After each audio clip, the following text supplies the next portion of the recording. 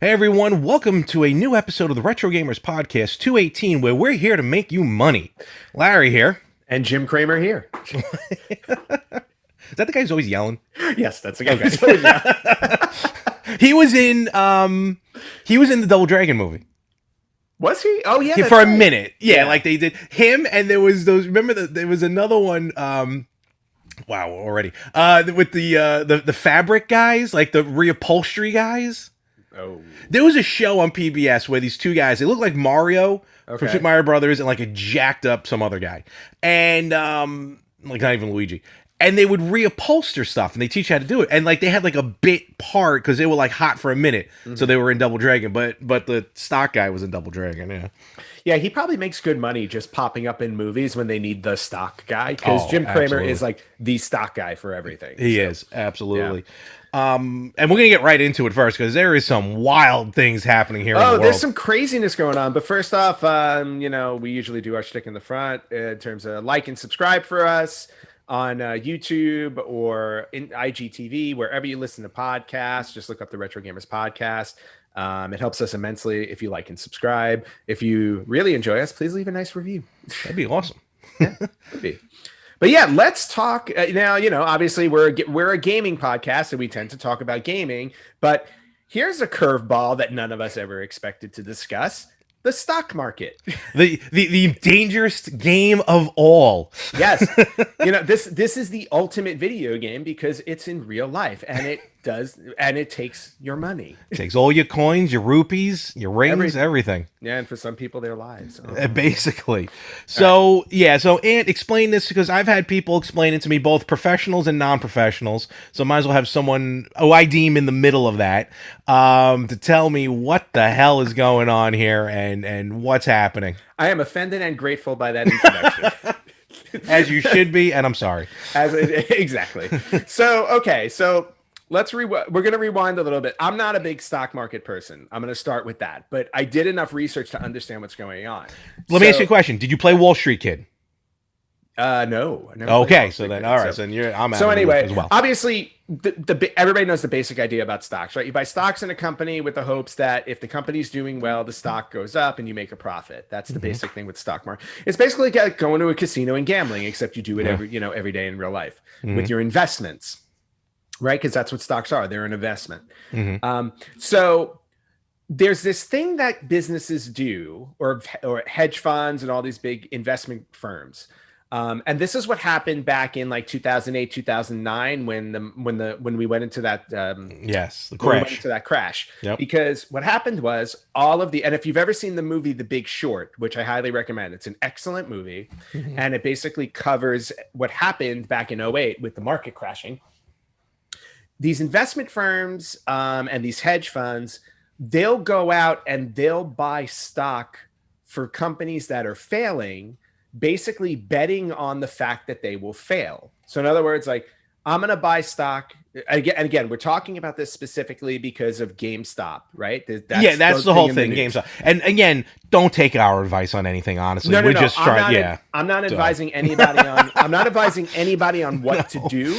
I'm just telling you the story as I've researched, as you've learned. Yeah, as I've learned this week. So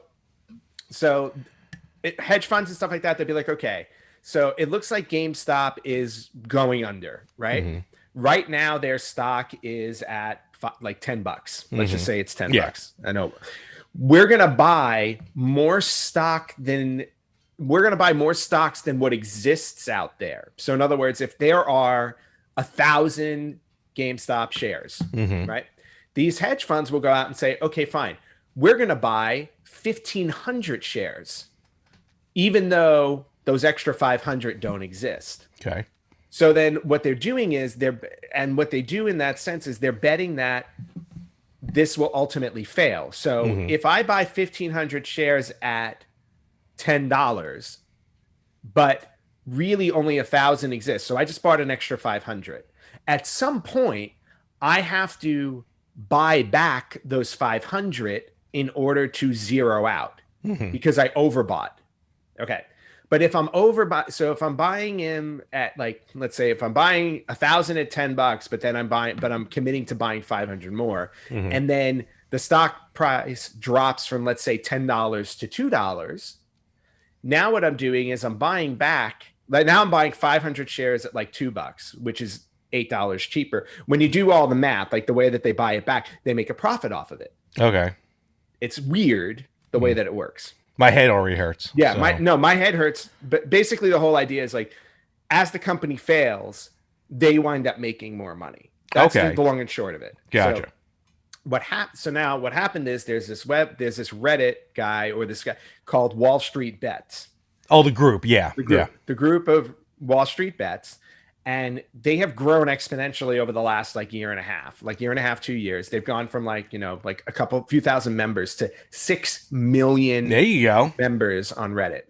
So what they did was, now these guys are super risky investors. So what they wind up doing is they're researching hedge funds that are doing this to businesses, that are basically saying, we're betting on these businesses to fail so that we can walk away with billions of dollars. Hmm. And they pointed directly at GameStop because they saw a bunch of hedge funds overbuying GameStop stock. So they're like, all right, we see the game you're playing. We're going to turn it around now and screw you over. So these hedge funds have put in billions of dollars. Now they need the stock to drop to make their profit. Hmm. So what these guys on Wall Street Bets are doing are, we're going to buy the GameStop stock for what it's worth. And what's going to happen then is, because the amount isn't going down, Yeah. and these hedge funds need it to go down within a certain period of time so they can buy back for a profit. Mhm. They're basically squeezing, because they use the term squeeze, they're squeezing the hedge funds into buying back the excess stock that they purchased at a higher price than what they need to make a profit. So it's actually costing the hedge fund money. And Which as normally, which normally what? yeah, normally you do. You buy low, you sell high. Right, you buy low, you sell high. But the problem is, it's not dropping. Right. But the reverse is, Exactly, for these guys, is they're buying it high and selling it low because they're overbuying to make the profit. Yeah. So these guys, so because the price isn't going down, and these hedge funds at a certain point in time are going to be forced, because they're short selling. So in other words, they have to sell back the excess that they purchased within a certain period of time. So what's happening with them is they're being forced to buy it back when the price is high. So they're losing money in the process. And as they're buying it back when it's high, the stock's going up. So, because these excess stocks that they're buying don't exist, they're basically that's what it is. It's that's like the problem. Right. They're just pouring money into the stock without turning any profit. They're basically paying just to break even, not financially, but break even in terms of the number of stocks that they own, which is why what these guys on Wall Street Bets are doing are, it's driving the price up. So when they started this thing, when they started this crusade, basically, GameStop stock was at $4. Yeah, I'm looking at the graph right now. Right. So when they started this like a week or two ago, GameStop was at $4, right? As of today, our recording, GameStop is now trading at $312. Yeah, that's where I got right now. If you're looking, I'm trying to put it up here. It was focused for a minute, then I screwed it up. But you can see the graph. This is over a week. Right. Well, not barely a week, and you can see this is the start of the week, and just wow. Yeah. So I've been following Wall Street Bets for the last couple of days, just to kind of understand like how this is all going, and this is what this is. Oh, you mean Reddit's back up and running again? No, yeah, Reddit's up and running. Wall Street Bets is on there. So I've been basically following it, and they have their own terminology that they use and all this stuff. Basically, the whole idea behind them is, it's like, we're literally pouring our entire life savings, because a lot of these guys, they're young people. They're like they're millennials, they're Gen Zers and everything. And they're basically going after these people because they have a gripe where they're like, the boomers and the hedge funds and all these rich corporations are basically holding on to all of the money in the market, which is why, you hear millennials and guys say, and it's like, we can't even find a job. And when we find a job, it's for like a super low wage because these people are like hoarding all the money. So they're like, you know what? We figured out the system you're doing here and we're actually able to hit you back there. So they're literally pouring every penny they have in their lives into buying GameStop stock so that when these hedge funds are forced to sell for a loss, they're going to make the profit and run away with it. So it's literally like they're being Robin Hood. That's the idea. Which is the irony, because one of the big apps that's happening that you can use, which I have, is the Robinhood app. Like I've been on Robinhood for a couple of years now. Okay. You know, and I just do little things because I don't know enough about the stocks, the stock market to feel comfortable. So I play around with a little stuff. I have like a share of this, a share of that, just to see how things go. So now there's a whole backlash going on, right? So hedge funds are going on TV, basically calling these guys a bunch of degenerates because they're manipulating the market. And then they're answering back and they're saying, what are you talking about? You guys are manipulating the market to make a profit off of it because you're betting on businesses to fail. And you're manipulating it so that the price will drop so that you'll make a profit. And that's exactly what they're doing. So now, because this is all being exposed, now the SEC is getting involved, which is the Security Exchange Commission, because now the hedge funds, they're trying to limit how much stock all of these regular people can buy. So so yesterday while I was on the Robinhood app, because I decided to play along a little bit. So I bought a couple of shares of GameStop and I wanted to see like how this was going to go. So the Robinhood app started to limit how many shares of GameStop you can buy. I think at one point they outright blocked it. They blocked it. Yeah. They blocked it at one point, which started this whole big mess. So then they said, okay, we're limiting it. You can only buy 5. By limiting it, they're stopping the price from going as high as it can go. Because if you can only buy a handful, you can only buy a handful. Now, other sites like Fidelity and stuff like that, they're not limiting purchases because they know it's kind of a violation to do that. And the guy who owns Robinhood, he is also in one of these hedge funds. So it's within his best interest to limit what gets purchased. So now there's a whole investigation going on with that. Meanwhile, all of these degenerates, which I guess apparently now one of, because I bought a couple of shares, they're literally talking about holding on to the stock until it reaches like $5,000 a share or something like that. Even though GameStop is nowhere near worth this, right? No, Let's bear that in mind. GameStop's not worth any of this, but they want to hold on to the shares because at some point these hedge funds are going to be forced to sell or forced to buy back that excess. And when they buy back that excess, all of that money they are going to lose gets pumped right into the GameStop stock, and it'll make GameStop skyrocket. And that's when all of these people are going to sell it and run away with the money. That's the whole Robinhood aspect of it. So now you have these hedge fund investors going on like CNBC and MSNBC. One of them, I even watched it, that he literally said, and this made me laugh. He's like, these people are like horrible people. They're literally trying to steal from us rich people.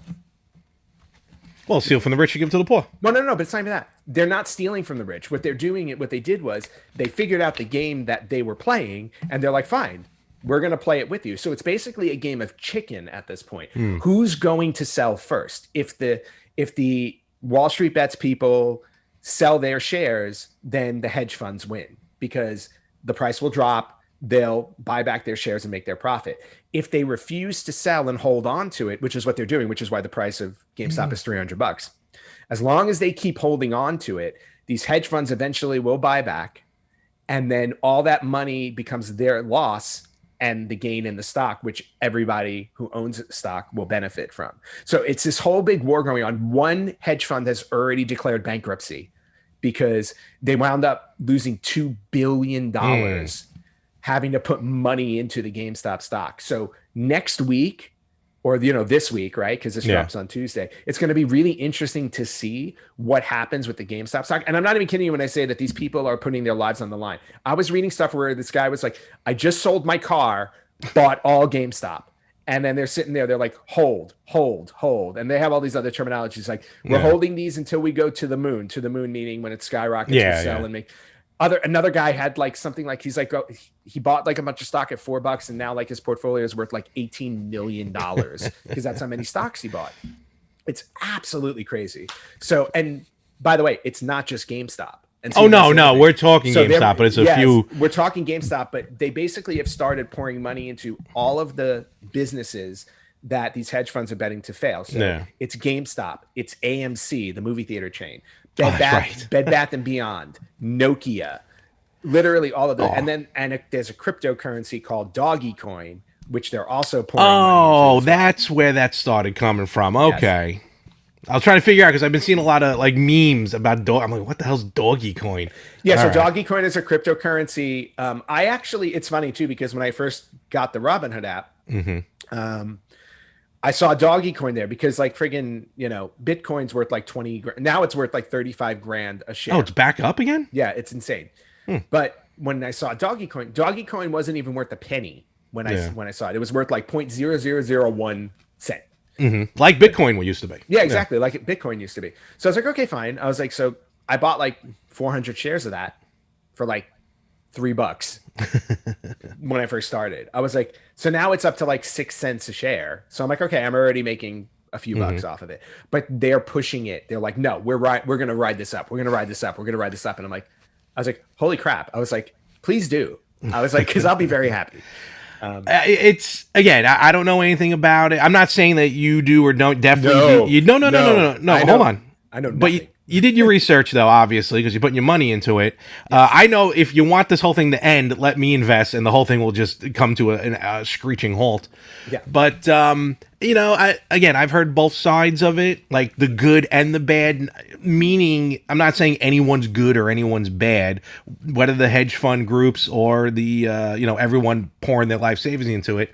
My gut feeling always makes me feel like everyone's acting like Ralph Cramden, kind of like always looking for that get rich quick scheme. Mm-hmm. But again, I don't mean that in a bad way. It's just you got to be careful about it. Yes. We'll see how it is, folks. If you've done any of the investing, if you even know a little bit more about this, definitely chime in on the chats, in the comments and everything like that, because this is going to be an interesting ride for a little while. And this is the only thing, and I'm not even going to go into detail, but the only slightly political point I'll make is that this thing has gotten some people on both sides to agree with each other, which is very interesting. Oh yeah, so I saw that too. It's one yeah. thing that reaches well, because again, it's like it's one of those things where it's like they're pointing out, it's like how come the rich hedge funds can manipulate the market, but then when the little people figure it out, they cry foul, and then they try to put a vice grip on the little people so that they don't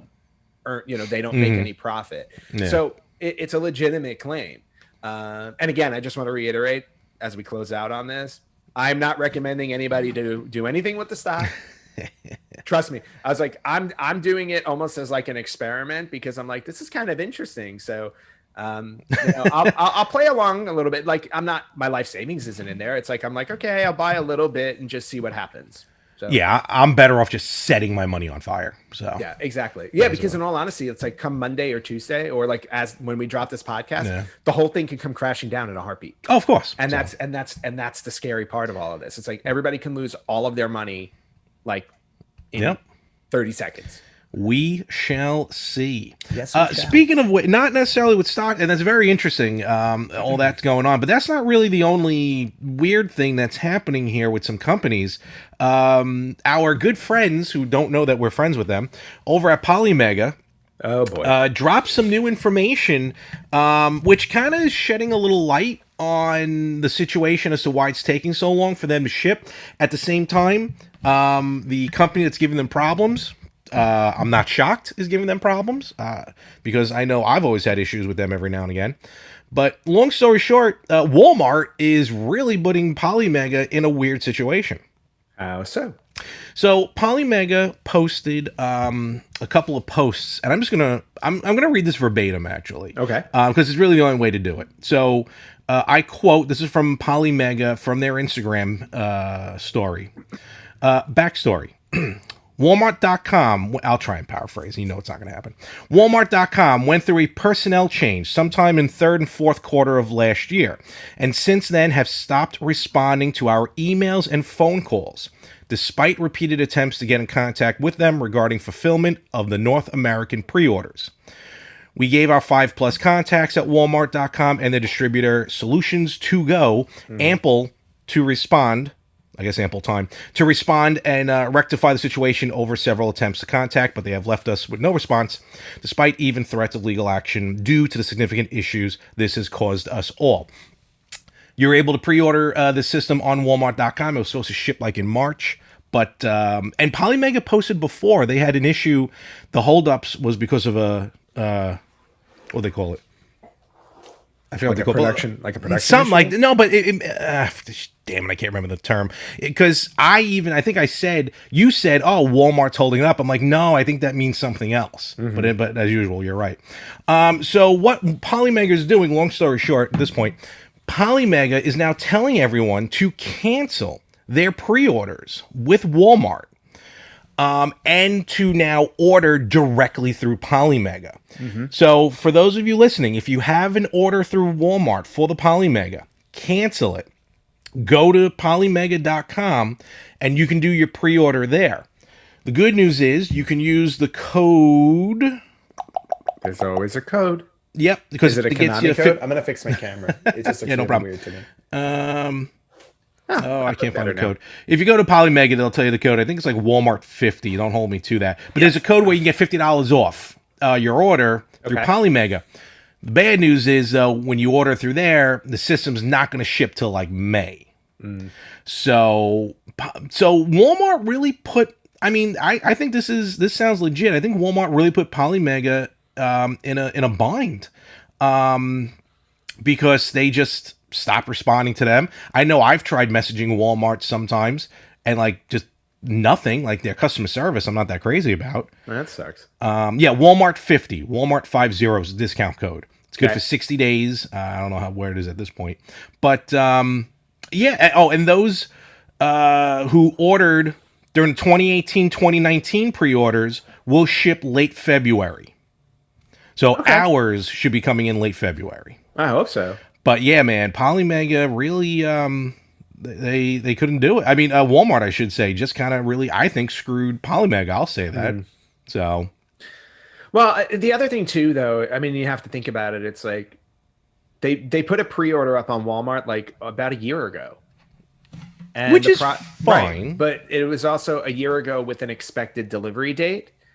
And the delivery date kept moving. And actually, you know what? It may have actually been 2 years. It may have been 2019 when it went up on Walmart. So I think you get to a point where you're telling the developer, it's like, hey, it's like, you can't keep moving a delivery date when we have pre-orders. I mean, I'm sure there was some, like, it could be like a contract thing where it's not necessarily that Walmart's a bad guy. I mean, you can look at them as that, but it's just Walmart's like, hey, you know what? We can't keep taking people's money or holding things as a pre-order, and you keep moving the date as much as you do. I mean, a lot of that again I think there should be some, because of COVID and everything. But here they're saying that just no one's getting back to them. They're just outright ignoring them. Yeah, which is ridiculous. So so I can understand Walmart's position. See, I can understand Polymega's position on this one because the distributor, that's the term I was trying to think of before, the distributor. It ended up being Walmart for some reason just is holding things up on their end, according to Polymega. So, so if you're listening and you pre-order through Walmart, again, cancel your Walmart order as per Polymega. Order through Polymega. Those will ship April and May of this year. But still, I got a lot of games I got ready to go for when it does show up finally. So do I. I got plenty. So that's happening. I have a contest to win after all. Oh, that is true. Yes, I have. I wonder, will this count as new or old, this trophy game? It is in an old cart. But it's a new game. It is a new game. That is true. So I will put that back over there. However, I will say that on Thursday, Rich and I completed Final Fight. What? Jesus. We completed. Oh, did you? Okay. We beat Final Fight to complete the Capcom Beat 'em Up bundle. So I have now beaten every game in the Capcom Beat 'em Up bundle, and they all count towards the contest. They do. They do. They're all arcade games as well. Yep. Which is really cool. I'm going to. If I get a kill screen on Ms. Pac-Man, will that count? No. What do you mean no? That's like completing the game. You can't complete that game. It's a kill screen. Okay, fine. If you get the kill screen, and when I say kill screen, I mean that you actually get to the last level as opposed to it just like freezes in the middle of playing. Then yes, you can count that as beating the game. I wish you the best of luck. I don't even know if Ms. Pac-Man has a kill screen. I don't think so. I think it's just Pac-Man. Yeah, I think so. So, so no, please keep playing this Pac-Man for a kill screen. Well, I certainly will try. But before we get into that, let's talk about, because coming off the Poly Mega, which is a very interesting system unto itself. Yes. And you got this book recently, right? I did. That's got some pretty interesting stuff in it itself. As luck would have it, I have it right next to me. There you go. Imagine it's like that, it's kismet. It's almost like we were planning this. But so I got this book for Christmas from my sister. Thank you, Christina.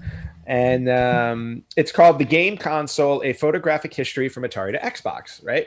So I got it specifically. It's a cool little coffee table book, and it literally has like every video game console in it and handheld from first generation until current gen. Current gen being the let's see, where does it end? Probably 2015. Oh, okay, all right. Is where oh no, I'm sorry. The Switch is in here. The Xbox One. Okay, so it goes all the way up to the Switch. Okay. Right? Which is really cool. Yeah. So thought it was a cool coffee table book, and it has like it has images of all the systems, and it actually breaks them down. Oh, look at like, that! Here's the controller, and how it breaks down and stuff like that. So while I was thumbing through the book, like not even thumbing through the book, like when I was going through the table of contents, I see a whole list of consoles, and I'm like, I don't know any of these. And I'm like, seriously, I go like, there were so many. And again, I'm like, a lot of the ones that I've never heard of are the ones back in like second and third gen, like back in the 80s. Cause when we were kids, I was like, I knew Nintendo existed and I knew Sega existed and maybe Atari, that was pretty much it. It was when we got to the 90s where all of a sudden it's like, oh, well, there were all these consoles coming out like 3DO and Jaguar and all this stuff. So what I thought we can do today, and I haven't gone through the entire book yet. And we only have so much time on our show. Was to pull out some of the consoles that I personally have never heard of, and you might have never heard of, or the really obscure ones, just to talk about them. Yeah, and maybe what I'll do is, I'll throw some images up of the consoles there you go. As I talk about them. That way you can just see what they look like. And I only really thumbed through second and third generation. So first generation was only Magnavox Odyssey and Pong. Those were the two for first. And then the second generation is when like Atari and like everything started to really come around. So the first thing I wanted to talk about, and actually, Larry, you can talk a little bit more about this, and I think you did last week, was the very first cartridge-based video game console that came out, which was called the Fairchild Channel F. Yes. And before you get into it, sure. I know you're going to talk about it. So this system came out and the name of the manufacturer was Fairchild Camera and Instrument. It was released here in November of 1976. And it was on shelf, or it had a lifespan of about 7 years. Oh, wow. Yeah. It went from 76 to 83. Wow. Okay. So, longer than I thought. Yep. They sold about 250,000 units, which doesn't sound like a lot, but when you're talking about the early age of video game consoles, and this was the first one out there, kind of interesting. Yeah. Fun fact: named after Morgan Fairchild. Really? No. Interesting. I didn't realize it lasted. Actually, you're right. It was. I'm reading the Wikipedia. That would be awesome. No, I'm kidding. Imagine. She has no idea. She's like, what? Never mind. The Fairchild Channel F. Like you said, the first system with the interchangeable cartridges. Yes. And amazingly enough, Game On got their hands on a Channel F. Are they keeping it? I don't know, to be honest with you. Okay. I'm not 100% sure. To say that I was able to first even see, because I don't think I've ever really seen a Channel F, to see it was awesome. Just enjoying the history of this medium and everything. But then to be able to play it, because he actually had two of them in stock, but one of them just wasn't up to par. Like one looks like it could be broken down for parts at this point. Oh wow, okay. But we got the other one hooked up and it was working. And when we saw it boot up, and without a cartridge in it, there's already games in the system. So, which is I think really interesting. Like you would think that would happen nowadays, Right. where you just boot up a system with nothing in it, and there's at least 1 or 2 games on it. Yeah. Well, you have to remember though that the consoles that came before it only had the games installed. No, of course. So So, but I'm talking about now they're moving the interchangeable cartridges. You would think that they wouldn't want to put anything on the system to get people to buy the cartridges. right. But in any event, to be able now to actually play it hands-on, it was, I know this sounds stupid to some people, but it was like an honor and a privilege to be able to play the Channel F that I thought I'd never played before. Yeah. To get it up and running was almost like a Frankenstein-like situation. Be like, it's alive! So, and when we got it working, the controller's very weird. It's a vertical controller with like this almost like a triangle on top, which is very sensitive to movement, which is good. So, and obviously the games are simple. A lot of like Pong type games, tennis type games. There was a couple of like combat type games. The interchangeable cartridges made it. I told Tristan about this when we were there. It felt like a VHS tape. So the cartridge, there were yellow cartridges. And there's a kind of like, like on we're going to go back in time, folks. On a VHS tape, they had the guard that covered the ribbon itself. Yes. You know what I mean? It would flip open. It would flip, and you can hit a button and it flips out. You Yeah. can flip it open manually. That's how the cartridges worked for the Channel F. It was protected. The piece itself was protected. So when you put it in, it opens the flap on the cartridge. And when you're getting ready to pull it, there's an eject button, but it only goes so far, and you got to pull it out. I was telling Tristan, I'm like, it's like a combination of, it's so old that in my head, I feel like as I'm pulling, almost like a cassette tape, like I'm worried I'm going to pull ribbon out because it kind of had like a little tug to it, and I'm waiting to see I'm like, oh, I broke it. Obviously not the case. Got to fix the tape. But it was so much fun to play and just so cool to play. I don't know how the hell you would ever really. I mean, it's from '76, so now I'm even more shocked that it was up and running and it looked so good on an old TV. Yeah. So Channel F, awesome piece of history. Yeah, and there were like you said, there were 2 games integrated into it, which were hockey and tennis. Yes. And then there were, it looks like 26 carts you can buy. They were called video carts. Yes, and they were were numbered Yep, 1 through 26. And he had a ton of them. I mean, he may not have had all of them, but he had a lot of them. And then there were 3. I guess there were 3 carts that weren't numbered. Oh, I didn't know that. 2 of them were demo carts. Oh, which I'm assuming I don't know how you do demo games on that. And then there was another one called for chess, which was not okay. Interesting. And then there were keyboard video carts that were never released. There were 3 of them. So I'm assuming there was like a keyboard interesting attachment that was eventually coming out. So anyway, so I thought I would bring up the Channel F since you played it. And again, a lot of people today may not know that was the first video game console to actually have cartridges. Yep. And it was awesome to play. Yeah. So and to be honest with you, I would love to see how much those go for. Anyway, moving on. So again, another early system, and these are really, a lot of these are obscure mostly because maybe they didn't do very well, but they're still they were still video game consoles. I know you're putting up the pictures as we go, but you're not doing it live, so I may have to do some searching. Yeah, which is fine. Do some Google searching. So the next Wikipedia, my friend. Wikipedia. Yeah, well, Wikipedia is a big thing. So the second one I want to bring up, I thought this was kind of cool. It's called the Video Brain Family Computer. Why does that sound familiar? It was an 8-bit home computer manufactured by Umtech Incorporated, UMTECH. And it's interesting. It's based on the Fairchild Semiconductor F8 CPU. So it was actually built off of like a Fairchild from the Fairchild company. Oh, look at this. And it used programming language over Standard Basic. It only contained 1 kilobyte of RAM, which I love. 1 kilobyte. Don't we have like a kilobyte of RAM in our fingernail or something like that? Yeah, something like that. This thing was released in 1977. It was briefly available at Macy's department store. Of course. Various configurations sold. Depending on how much the price range depending on what you got with it. It Okay. ranged from anywhere from $500 to $1,100. Wow, back then, Yeah. that was a lot of money. Yeah. And then Holy cow. the video games cost 20 to $40. Oofa.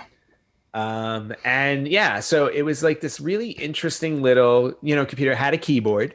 It's such a tiny keyboard. Yeah, it was a really small keyboard. It was almost like a laptop keyboard in a way. Almost, yeah. Yeah. So it included built-in software titles. Oh, okay. So that you can use it without a cartridge. Mhm. It had a clock, it had a countdown timer, it had a color bar generator. Which It's very again, folks, interesting. in the 70s, that was some big time Right, in stuff. 77. You could also connect a cassette tape recorder for saving and loading data. Okay. No, that was actually commonplace back then. Yeah. Here's what you're probably going to mention it, but I didn't realize this, and this is actually shocking me. There were actually 4 controller ports on it. There were 4 controller ports on it. That is correct. Wow. That But is like here's the interesting thing. It also included, and this is what I love, something called the Expander 2, which was a 300 baud acoustic modem used by really. a single program called Timeshare that allowed the video brain to act as a terminal when dialed into a compatible mainframe computer. Wow. So this thing could actually, connect to a mainframe computer through an acoustic modem, which was really interesting.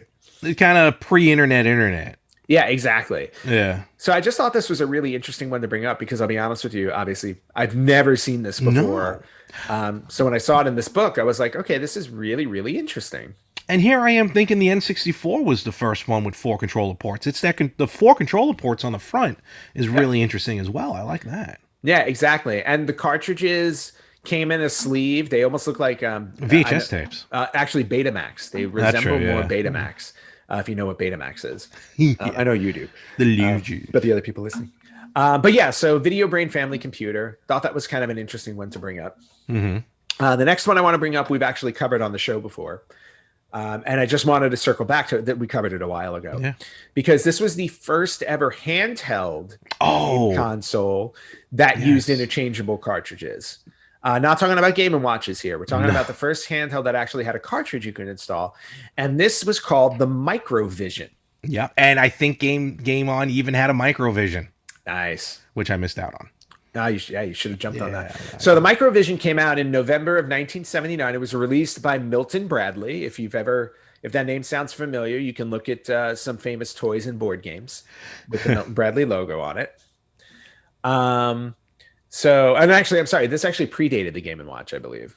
Something close. 79. Yeah, they were close. So the Microvision was a little handheld console. It was longer more than it was wide. Mm-hmm. It only had like 4 buttons on it, and then it had a little dial. Mm-hmm.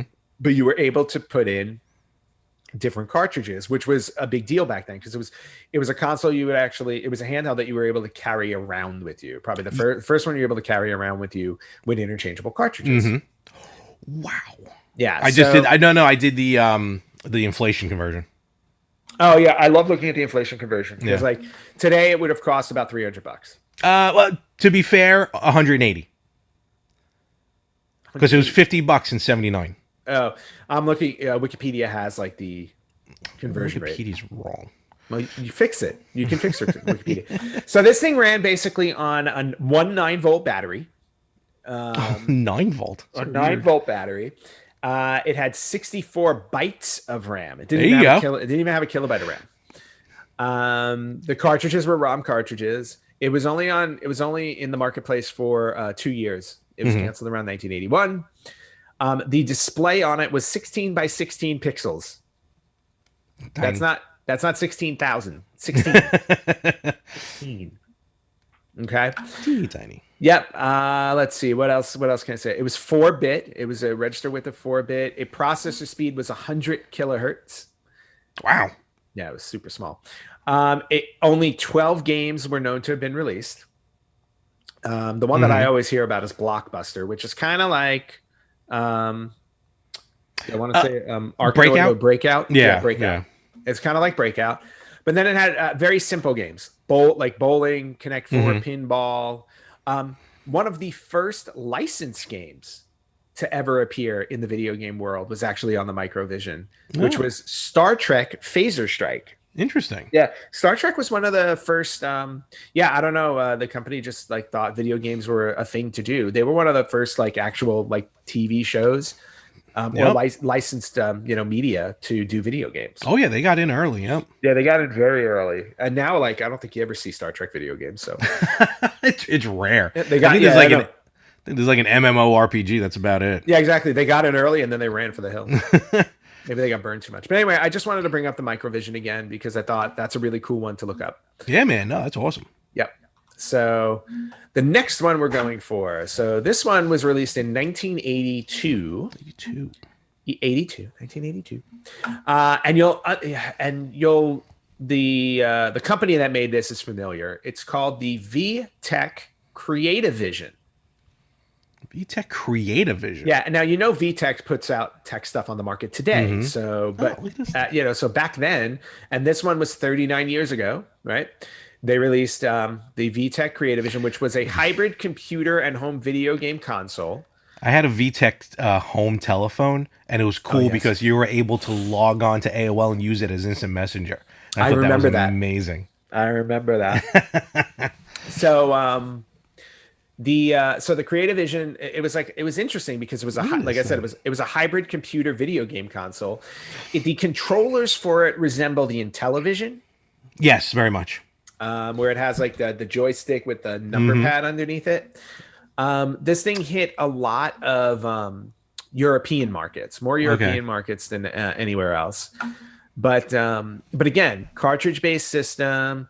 There were about only 18 games, and this is the other thing to understand too, because back in the first and second generation, these systems were basically experimenting. Like they didn't know what was gonna, like how well it was gonna do and everything like that. So there weren't a ton of games that got released for them. So in other words, for the life cycle of this one, which was only about 3 or 4 years, there were only 18 games available throughout that entire time, and they were all simple games. They had a Pac-Man clone on it called Crazy Pucker. Of course. They had a Pac-Man game, and I wonder if this is interesting because based on the name of it, I wonder if it was like a Ms. Pac-Man before there was a Ms. Pac-Man. It was called Crazy Chicky. Probably Pac-Man with modified gameplay, as they say. And then there was a Donkey. What? No. You're about to go into it. No, basically, half these games are clones of real games. Yeah. So literally. There was a Burger Time clone called Locomotive, a Donkey Kong clone called Police Jump, a Space Invaders clone called Sonic Invaders. They basically took most of the games they made for this system were clones of previously existing games. How lazy. Yeah. Well, I mean, that's why it only had 18 titles and didn't last very long. So if you look here, as you're looking at the picture, I think it's very creative how the computer aspect of it, where when you have both controllers docked into the system, you get a full QWERTY keyboard. Yes, which is really kind of cool. Yeah, I thought that was pretty cool. I also love the rebranding of the system. Did you see that? So apparently, at some point in 1982, the VTech Creative Vision was rebranded as the Dick Smith Wizard. Oh yeah, I just with saw that. 2 Z's. Yes, the Dick Smith Wizard. I like that name better. Oh, he's Australian. Oh, it was sold through the Australian Dick Smith electronics stores. That's why. Any listeners in Australia, do you remember the Dick Smith electron? I wonder if that's like our Crazy Eddie. Yeah. Well, there are, and this thing went under other names too. It was also called the Fun Vision computer video game system, and then the other one, which I like, the Hanamex Ramses. That's just a lot. It must also sounds Australian. It must mean something in Australia and New Zealand, which is where that was released. Gotcha. So anyway, so I thought that would VTech Creative Vision, interesting thing. All right, let's see. They owe a lot of people a lot of money. Yeah, exactly. I'm gonna save that one for last. Alrighty. Okay, here's an interesting one, and this one was only in the market for a year, but I just thought I'd bring it up because again, tech companies that tried to get into the video game market that you may not be aware of. If you know who Casio is, what? The watchmaker. Yeah, Casio also well known for keyboards, Oh, actual musical yes, instrument keyboard. you're right. Yes. Okay. Not the watchmaker. But they released a console back in 1983 in Japan called the Casio PV-1000. The PV-1000. Have you It, seen this boy? yep, it lasted less than a year. It sold for 14,800 yen, Wowza. which would be about, well, at least the conversion rate today would be about $150 maybe. So I'll take two Did more not for that it didn't do well at all. But it's this cool little blue, like I like the design of the system. It's like a blue system. Mhm. You don't see a lot of blue consoles. No. Blue console has it has a joystick, kind of like the Atari joystick with the handle and the button on the top. Only 13 games were released on it. And then the only one that I see there that is, at least me, that was well known, is called Dig Dug.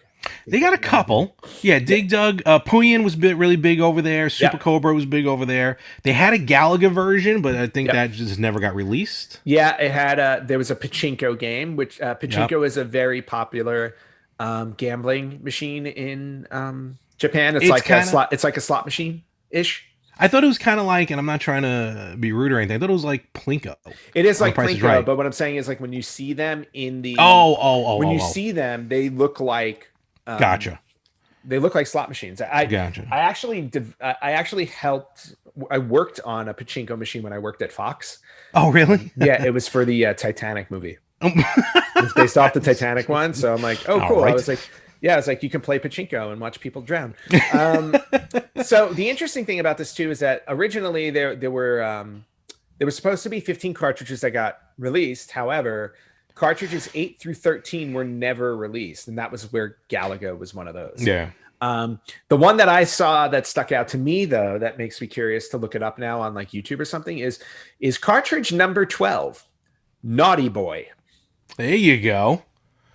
Can't even imagine what that's going to be like. I have no idea. So anyway, Casio PV-1000. All right. Got two more. I'm sorry, three more. Ooh, all right. Let's bring it. So jumping over to the this one I thought was really interesting because of what it entailed. It was called the Halcyon video game console. Halcyon. Okay. It was released by RDI Video Systems. It was planned to be released January of 1985 with the initial retail price of $2,500. Good Lord. Okay. That's ridiculous. Now, this system was never released. Fewer than a dozen units are known to exist. Oh, wow. The reason why it didn't get released is because there was a lack of affordable disc players. This system featured a laser disc player, an attached computer, each the size of an early model VCR. Ooh. So when you look at this thing, it's massive. I can only imagine, yeah. So there were 6 games planned for release. Only 2 of them wound up getting released. One was called Thayer's Quest, and then the second one was NFL football, LA Raiders versus the San Diego Chargers. So specific. Now, here's the cool thing about it. RDI Systems at the time claimed that the system would be entirely voice activated and would have an artificial intelligence on par with HAL 9000 from 2001: A Space Odyssey. We know how that went. Yeah, we all know how that went. So it's probably better that this didn't come out because I think, like if we go to Terminator standards, Judgment Day would have happened by now. So Rick Dyer, who was a fan of interactive fiction games like Adventure, wanted to develop his own game inspired by Lord of the Rings. That's how this kind of all started. And again, because it was using Laserdisc, they were probably going to wind up coming out with games like similar to like Dragon's Lair and Space Ace and stuff like that. Well, the Thayer's Quest game is actually from the creators of Dragon's Lair. Yeah, so it's probably so that's pretty much what it was. And so interesting system. I would probably say one of the most expensive consoles out there if you were to try and find one, if only like a dozen of them exist that they know of. And not only that, like I would be curious just to get my hands on it to see how the voice activation works. Yeah, it would have been weird. Yeah, that would be really cool. So You're not yes, playing tonight, Anthony. yeah, I don't exactly. think so. Like, You what? can't play, but I want to play tonight. I don't I'm think that's sorry. possible. You're going to Jarvis? bed. What? Hey, look, if they can turn me into an Avenger, I'm in. Um, all Stop right, moving clashing on. with the other voices in my head. Yes. All right, here's another one. We got two left. This one was called the Action Max. Action Max. It was developed in 1987 by Worlds of Wonder, another toy company. Home video game console that used VHS tapes for games. Oh, God, that sounds terrible. Yep. So the Action Max system had a VCR. Mm-hmm. It required the player to. I'm sorry. Let me rephrase that. It did not have a VCR. You had to have a VCR in order to play the system. Still terrible. And it was mostly or probably no only a shooting game system. It came with a light gun that you can shoot at your screen. So it was strictly point based, depending on shot accuracy. Mm-hmm. So there was no win loss of a game. You just played it. You played through it, and you just had to shoot stuff. So the games on it, like the VHS cassettes games, were like police target game, underwater voyage, a haunted house adventure, stuff like that. Only 5 games were released for it. I named like 3 of them right there. There was a 6 cassette called Fright Night, which was actually licensed off of the horror movie Fright Night in 1985. Oh, okay. That was never released because the system did not do really well. But I thought it was a really interesting console because it's like a small, sleek, like gray, almost Nintendo gray console with a light gun. So, and again, this was Worlds of Wonder just trying to get into the whole video game business, so didn't wind up doing so well. No, clearly not. And interesting because back then, not everyone had a VHS player, not a VCR. Right. Yeah, not a lot of people had a VCR, so they were marketing to only people who could really afford them. All right. And then the last one I want to bring up, and this one is probably more well known, but when everybody thinks of Sega, they always think of a Sega Master System as their first console, right? Mm-hmm. But predating the Sega Master System was the Sega SG-1000. Yes. Which was a home video game console. It was released. It was released in 1983. It was never released in the U.S. Mm-hmm. It was released in Japan, Australia, New Zealand, and other regions in Asia. It's interesting. Like, I feel like nowadays Australia and New Zealand are usually on the tail end of getting all these systems and stuff, or at least for a while they were. Yeah. Where back then they were right there on the front. Well, I think it's because of just geographically. Oh, like, systems being made in Japan. They were. Australia was there, so we're generally in the same vicinity. So, in the early '80s, Sega Enterprises decided to create their own video game system. So the SG-1000 was the first shot at it. They sold about 160,000 units of it. Its CPU ran at a whopping 3.58 megahertz. Whoa, folks. With 1 kilobyte of RAM. You better get that cooling system going. Yeah. It did have 16 colors, which, back then was like, ooh, that 16. was it. Yeah. Because it was released for 15,000 yen, which was, again, about 150, 160 bucks ish. It was released on the same day that Nintendo launched its Famicom. Oh, that's interesting. Which was July 15th, 1983. I wonder if that was done on purpose. I would think so. It was released, and then let's see, it was released on the same day. Now, this is interesting. So a couple of weeks later, about a year later, they released the SG-1002. Yeah, the remodel. Which was the remodel version. Slim, if you will. Yeah, so Sega all about doing the remodel. Yeah. So again, because this was only limited to Japan, like, we don't know much about this. But the system wound up coming out with 42 game cartridges and 29 Sega My Card releases that required the card catcher add-on. So there was actually an add-on to the system where you can slip these cards into and play games. Where the Master System had it built in already. Correct. So some of the games on the system, just throwing names out there. Yeah. Flicky, Congo Bongo, Sega Galaga. And This is just one to bring up. They had licensed titles like Go-Go 13, if you know that one. Oh God, I hate that game. I was never a big fan of that one either. I don't know. But this is the interesting one I wanted to bring up because the name of the game was called Girls Garden. And it was actually the first video game produced by Yuji Naka. And if you don't know who the name Yuji Naka is, he is the man responsible for programming Sonic the Hedgehog. Sega. Yeah, no, Sonic. Yep. Yeah, so he started on he actually started with the first Sega console, which was interesting. Yep. So he's kind of like, he's almost like their Shigeru Miyamoto. Basically. Kind of, sort of. Yeah, kind of, sort of. So if you've never seen the Sega SG-1000, you're watching us on YouTube, obviously you're seeing it, but you should definitely look it up because it's an interesting little system. And it's now going to be the system that I regret never purchasing when I was traveling to Japan, because had I known, I probably would have picked one up. You think? Oh, totally. Man. Totally would have. So my next trip over there, who knows when that'll be, but my next trip over there, I'll probably pick one of these up because Super Potato, I know you're there and you're waiting for my money. And I haven't been there in years, so I got a lot of time to make up. Oh, forget about it. Hopefully I'll be there soon too. Yes. Well, we got to go to Super Nintendo World.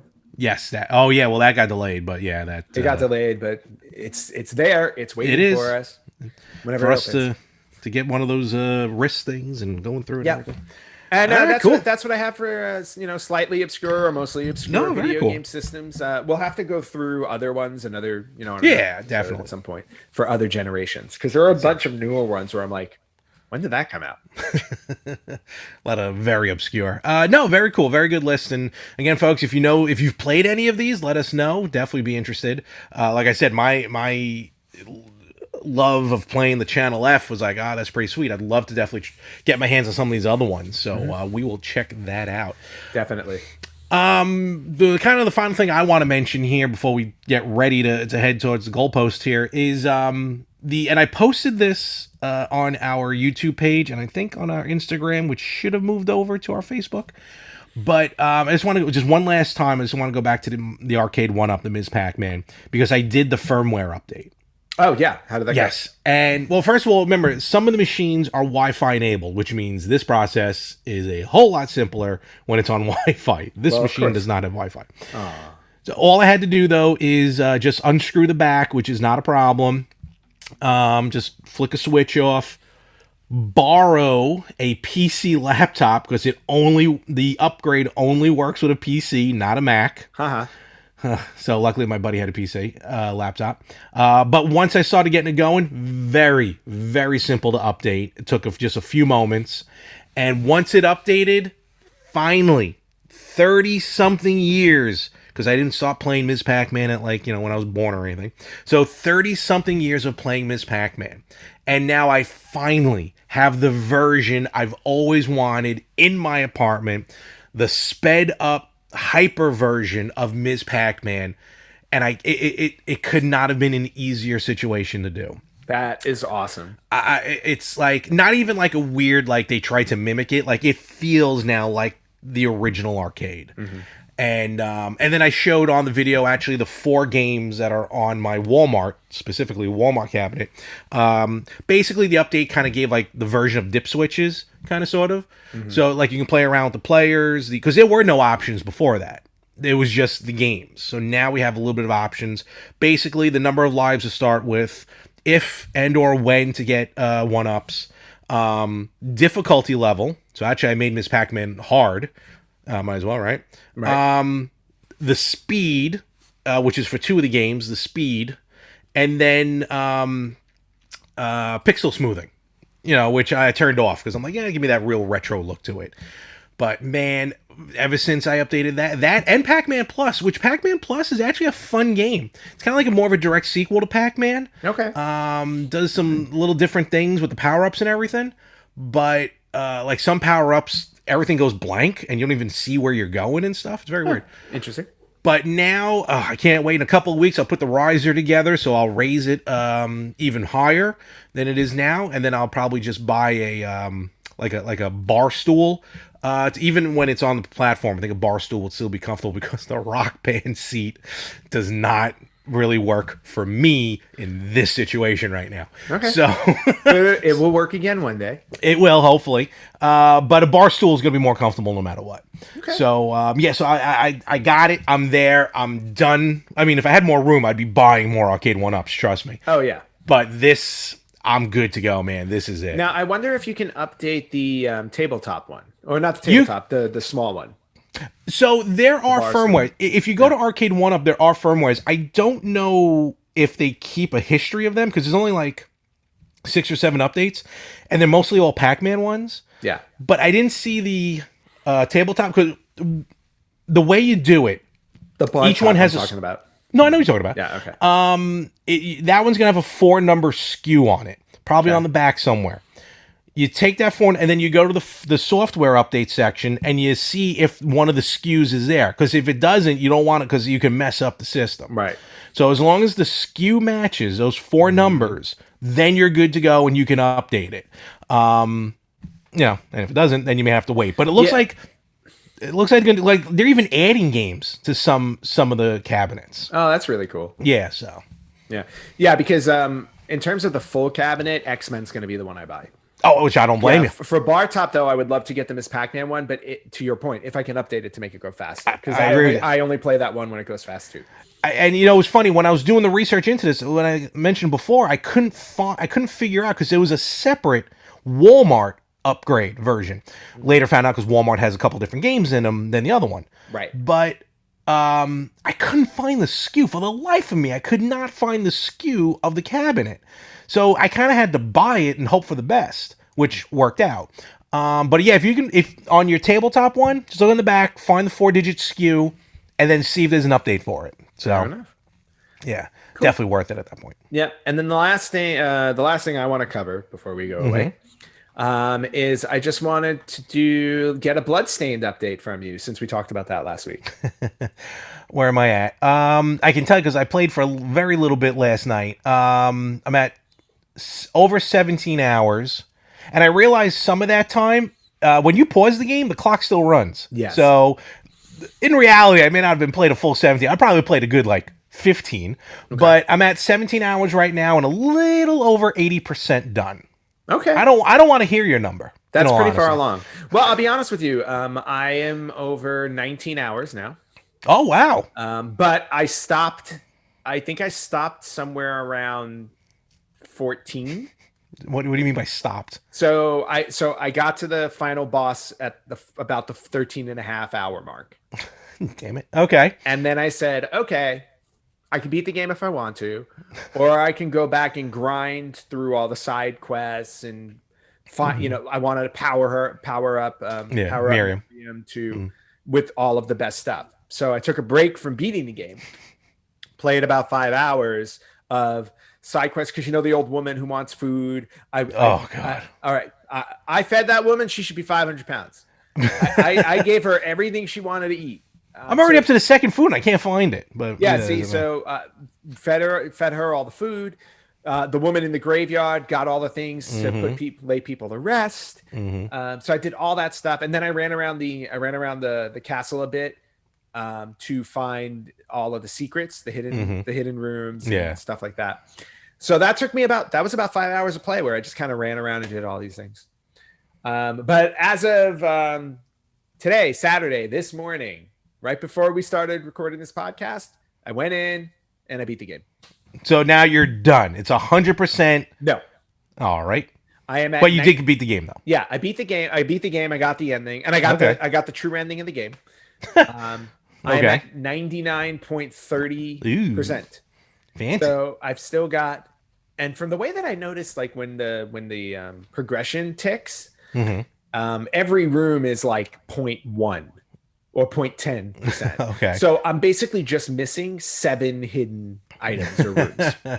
So I'm not, for me, and I'm not much, there are a lot of games where I'm not much of a completionist. Yeah. This one I'm loving so much. I'm going to go back in and see if I can find those other 7 rooms. And then I tried classic mode this morning for 5 minutes. Oh, okay.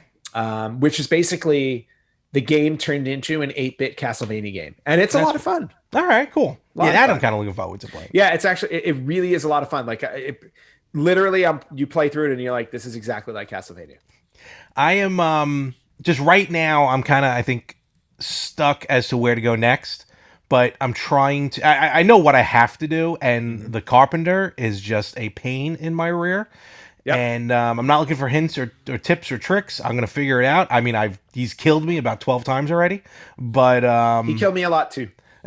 but he was like the first really tough boss that I came across. I got to admit, like I said, last week, the game was going along at a clip. I was doing great. There was challenges, but I wasn't feeling overwhelmed until I got to the Oriental Secret Lab, as they call it. That one was hard. And it went from like easy to like Mega Man, and I'm like, this is not fun at all.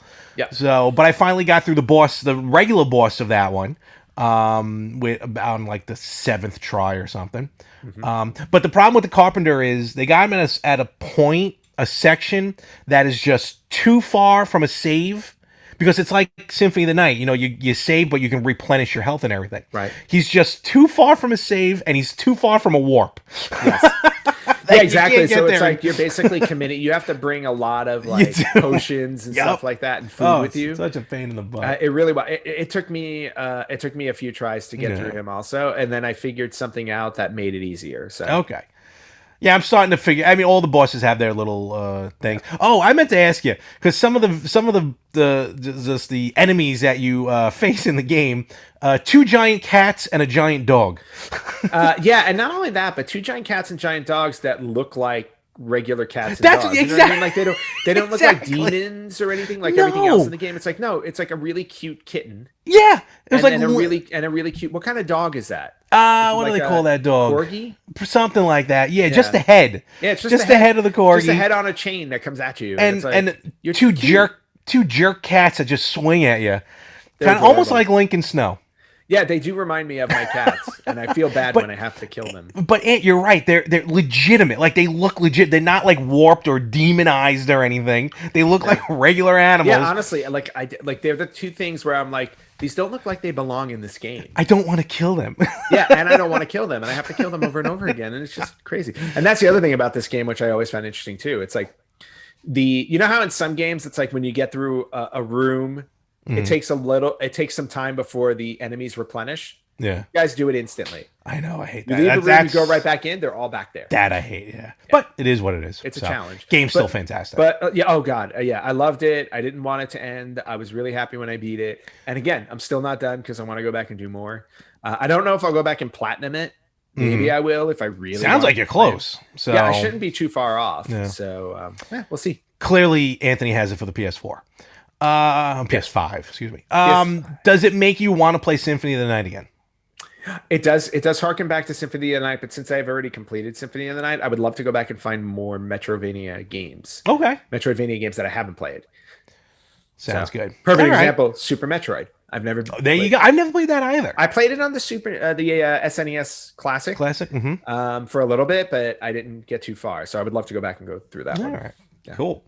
Other than that, you got anything else for us? That is it. All right, let's wrap it up. Ant, where can they find us? You guys can find us on Facebook.com/RetroGamersPodcast, on TheRetroGamers.com, Instagram @RetroGamersPodcast, and Twitter @RetroGamersPod. If you watch our show, you can watch us on YouTube and on IGTV. And if you want to email us, you can email us at email@TheRetroGamers.com. Awesome. And folks, one last thing, just give a quick shout out. One of our contest winners, Lee Dickey, actually did an unboxing, quote unquote, of the holiday stocking that he got. So go check out Lee T. Dickey on Facebook, Instagram, YouTube. And Lee, thank you very much for doing the unboxing. Very happy that you enjoyed your stuff, and I know Kyle was very happy as well. He emailed us, enjoyed the stocking as well. So glad you guys got that. Yeah, but the unboxing was fun. Yeah, it really was fun to watch. So yeah, thank you very much for that, and thank you to both of our winners, for entering the contest and for following our show. Yeah, and Ant, other than that, have a good weekend. You have a good weekend as well, sir, or a good week at this point. Oh, that's true. Yeah, I always forget. Let's go GameStop. Hold to the moon. And folks, we will catch you everywhere next week on the Retro Gamers Podcast.